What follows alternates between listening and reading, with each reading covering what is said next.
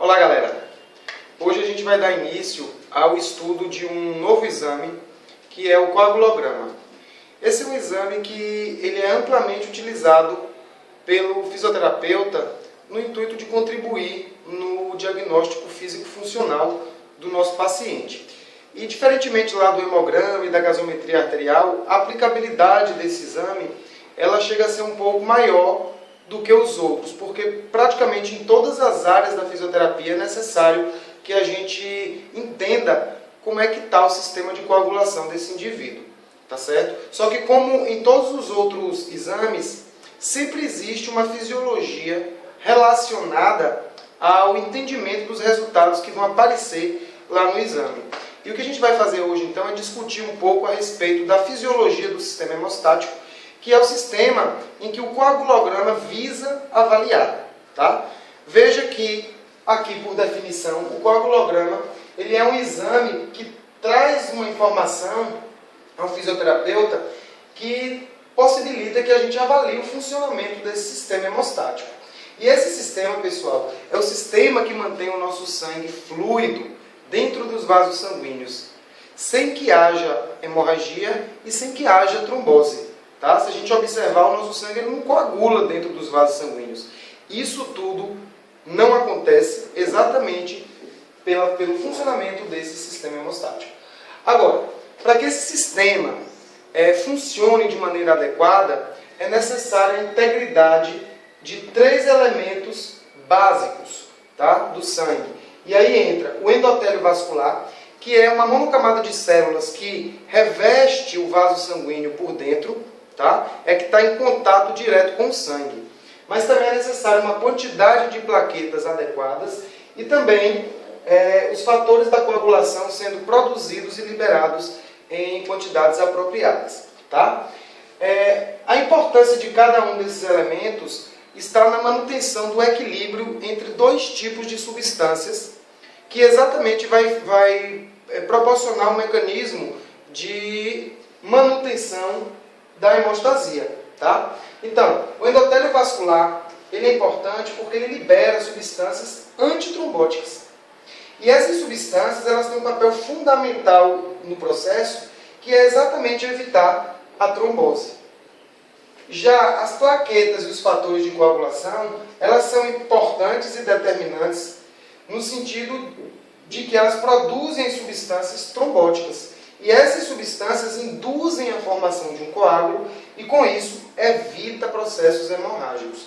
Toda vez que nós temos uma lesão vascular, as substâncias trombóticas liberadas pelas plaquetas e acionadas através dos fatores de coagulação permitem que ocorra um tamponamento vascular, evitando que o indivíduo perca quantidades maiores de sangue. Tá certo? Então agora o que a gente vai fazer é entender como funciona cada uma dessas substâncias primeiramente. Tá certo? Então vamos falar um pouco das substâncias antitrombóticas. Lembrando que essas substâncias elas são liberadas pelo endotélio vascular. Tá? Se a gente observar aqui na figura, o endotélio vascular é essa camada de células aqui, ó, que está em contato com o sangue, né, e responsável por liberar essas substâncias. Então existem, na verdade, 3 formas de se evitar a trombose através da liberação das substâncias antitrombóticas. A primeira forma é impedindo que as plaquetas se agreguem ao endotélio, porque elas existem receptores na membrana que têm conexão direta com os receptores do endotélio vascular. Portanto, quando a plaqueta se aproxima do endotélio, a tendência que tem é que ela se agregue a esse endotélio e com isso libere todos os seus fatores plaquetários ou grânulos plaquetários. Então, dessa forma, o endotélio vascular libera um grupo de substâncias chamado de substâncias antiplaquetárias que evitam exatamente esse contato das plaquetas com o endotélio. Tá? E dentre essas substâncias existem 2 que são potentes vasodilatadores. E aí entra o óxido nítrico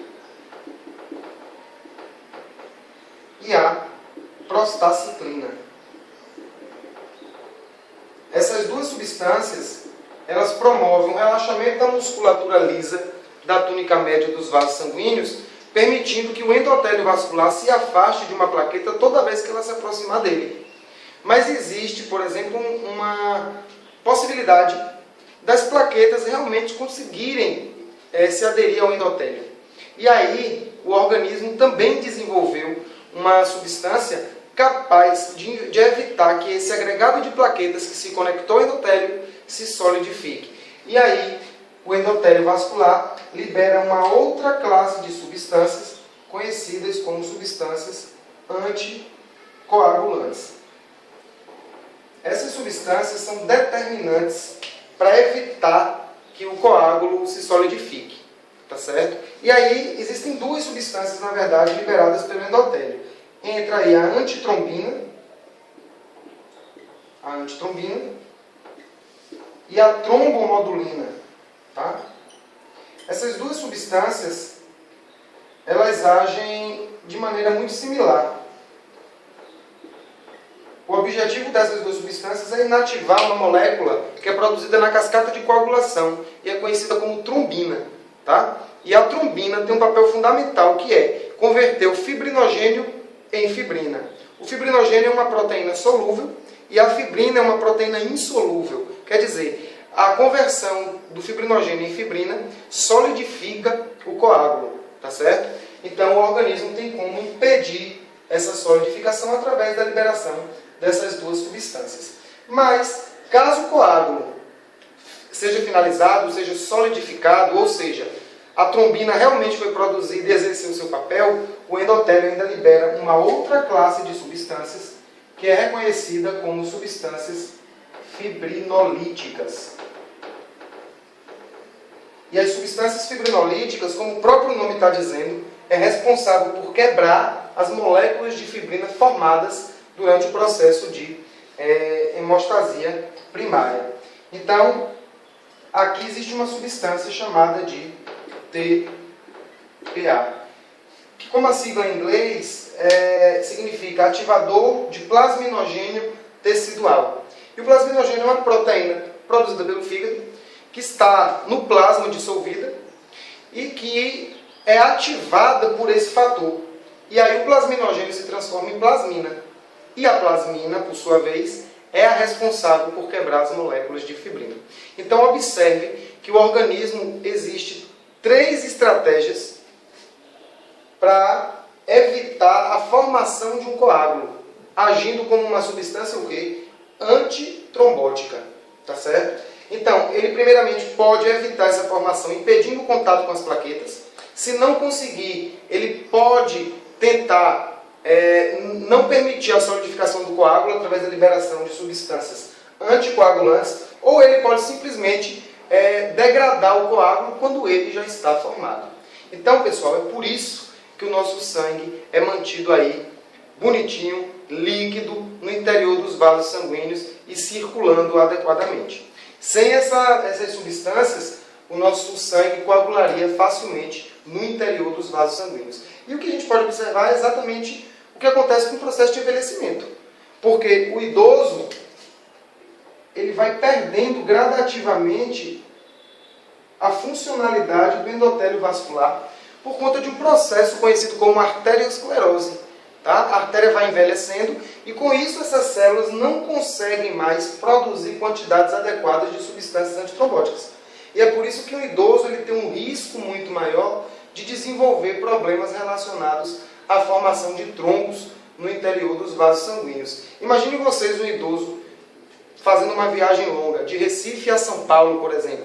A tendência é que esse idoso tenha problemas circulatórios, pelo membro estar pendente durante muito tempo. Isso dificulta o retorno venoso, favorece a estase sanguínea e um sangue parado tende a coagular.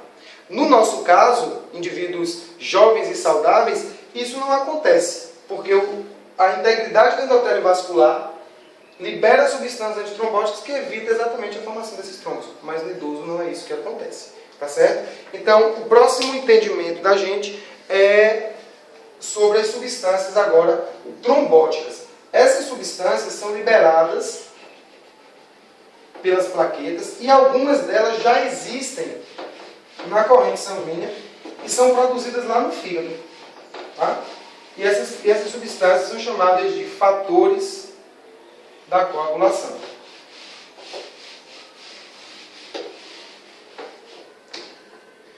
Bem, então, os outros dois componentes importantes aí são as plaquetas e os fatores da coagulação.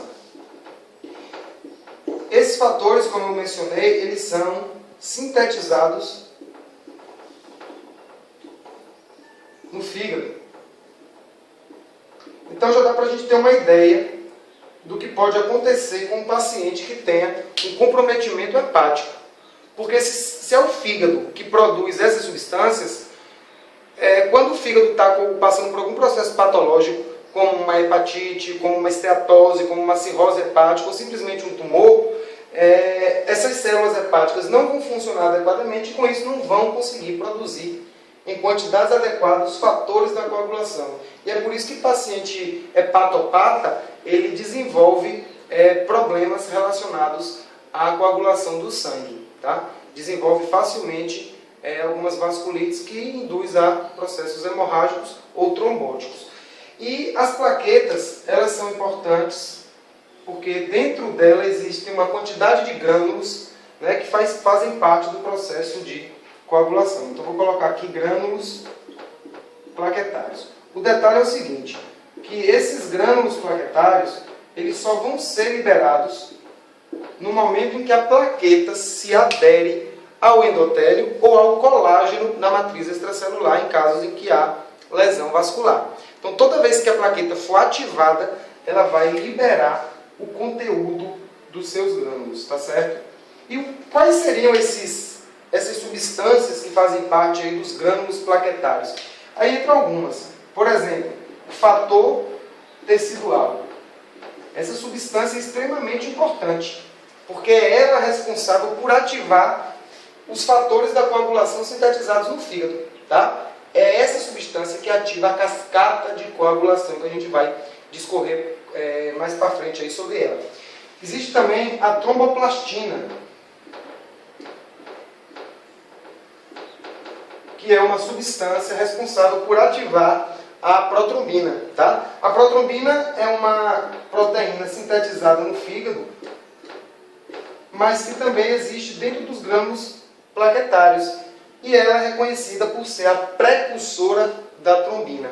E a trombina a gente já falou previamente sobre ela, dizendo que ela é a substância responsável pela conversão do fibrinogênio em fibrina. É ela que as substâncias anticoagulantes tendem a inativar. Tá? Além disso, a plaqueta libera também o FP4, que é chamado de fator plaquetário 4. E essa substância é importante porque ela inativa as substâncias antitrombóticas. Veja, a gente não está querendo formar um coágulo, formar um trombo, então as substâncias que evitam a formação do trombo devem ser inativadas. E quem faz isso é o FP4. Além disso, a plaqueta também expõe um outro fator conhecido como fator de von Willebrand. E esse fator é importantíssimo, pois ela conecta a plaqueta à matriz tecidual, tá? Ao tecido conjuntivo, ao colágeno que está no tecido conjuntivo. Tá certo? Além dessas substâncias, existe também o fibrinogênio, que além de estar dissolvido no plasma, existe uma certa quantidade dentro das plaquetas. E ele é responsável por conectar uma plaqueta na outra, tá? Durante o processo de agregação plaquetária. E é esse fibrinogênio que vai sofrer a ação da trombina e será convertido em fibrina. Tá certo? Bem, e quanto aos fatores de coagulação, eles são nomeados por algarismos romanos. Tá? Em algum material didático você encontra esses fatores com o nome do indivíduo lá que descobriu eles. Mas, por questão didática, vamos deixá-los com a nomeação relacionada a algarismo romano. Então existe o fator 12, existe o fator 11, existe o fator 9, existe o 10, existe o 8, existe o 7 e existe o 5. Todos esses fatores, pessoal, estão na corrente sanguínea da gente nesse exato momento. Agora, eles estão na sua forma inativa. Tá certo? Todos eles, exceto 8, eles estão na sua forma inativa. Quer dizer, eles são produzidos no fígado, lançados na corrente sanguínea, mas estão lá aguardando alguma outra substância aparecer para que eles se tornem ativados. E que substância é essa? O fator tecidual liberado pelas plaquetas. Então já dá para a gente entender mais ou menos como o processo está ocorrendo. Assim que a gente tem uma lesão vascular, que o vaso sanguíneo é rompido e começa a ocorrer um processo hemorrágico, logo de imediato acontece um reflexo, chamado de reflexo miogênico simpático, né? E ocorre uma vasoconstricção local. E essa vasoconstricção tem dois objetivos. O primeiro é evitar que uma quantidade adicional de sangue chegue ao local onde teve a obstrução, a lesão vascular. E depois, o fato de haver a vasoconstricção, isso aproxima o endotélio das plaquetas, facilitando o processo de agregação plaquetária. Então as plaquetas começam aí a se agregar no local onde houve a lesão vascular. Lembrando, entre as plaquetas existe uma substância chamada de fibrinogênio, que liga uma plaqueta na outra. Pronto, nesse momento houve o tamponamento da hemorragia. Agora, assim que a plaqueta é agregada, ela começa a liberar os seus grânulos, que estão descritos aqui embaixo. E dentre eles começa a liberar o fator tecidual, tá certo? Esse fator tecidual é que vai ativar os fatores da coagulação num formato de cascata, e é por isso que a hemostasia secundária é chamada de cascata de coagulação. Então vamos entender como é que ocorre essa cascata de coagulação. Observe que o fato de ter tido a lesão vascular, há uma perda de sangue do sistema circulatório. E obviamente nesse sangue tem plaquetas, tem fatores da coagulação, então, na verdade, o processo ele vai ocorrer em duas vias. Tá? Ele vai ocorrer tanto do lado de fora do vaso sanguíneo, e aí nós temos uma via chamada de via extrínseca, e existe uma via que ocorre dentro do vaso sanguíneo e é conhecida como via intrínseca, tá certo? Então a gente pode fazer assim, ó, via extrínseca e via intrínseca. Lá na via intrínseca existe o fator 12, e como eu falei para vocês, o fator 12 está o quê?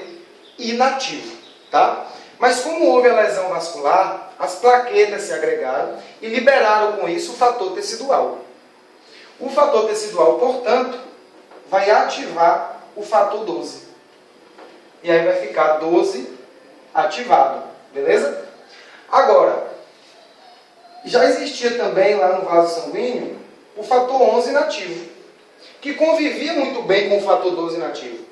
Mas o fato agora do 12 estar ativado faz com que o 11 se torne também ativado. E aí o 11 encontra o 9, que estava inativo, e transforma em 9 ativado. Agora, o 9, para ativar o 10, depende de um outro fator, que é chamado de fator antihemofílico, e ele é chamado de fator 8. Tá? Então, o 9 ativo, junto com o 8, vão ativar o 10 pela via intrínseca. Tá? Só a título de curiosidade, o indivíduo que tem a deficiência do fator 8, ele desenvolve uma doença que é chamada de hemofilia tipo A.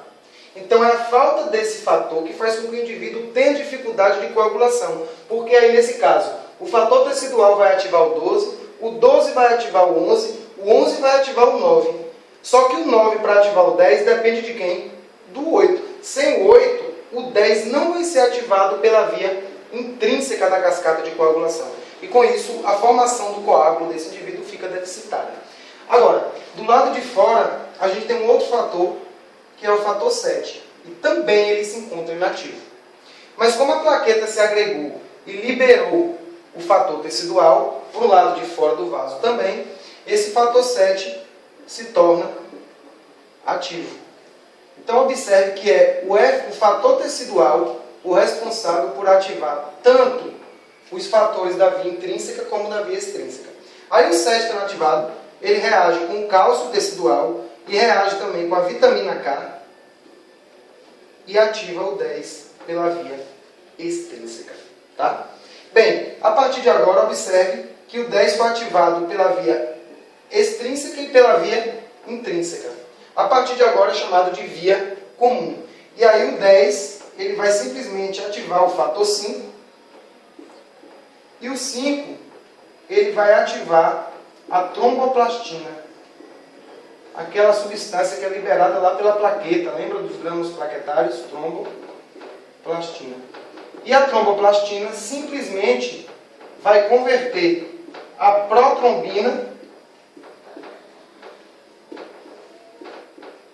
em trombina, finalizando assim o processo de cascata de coagulação. Porque aí a trombina vai fazer o quê? Vai converter o fibrinogênio que ligava as plaquetas lá no comecinho em uma substância mais sólida, que é a fibrina. E aí o coágulo ele é finalizado. Tá? Ô Vinícius, e esse coágulo vai ficar aí para sempre? Não, porque nesse momento as plaquetas começam a liberar duas substâncias, o PDGF e o FGF, que é o fator de crescimento derivado de plaqueta e o fator de crescimento vascular. Esses dois fatores vão induzir a divisão celular das células endoteliais adjacentes à lesão e aí ocorre o reparo vascular. Depois que o vaso sanguíneo está reparado, o próprio endotélio libera a substância fibrinolítica.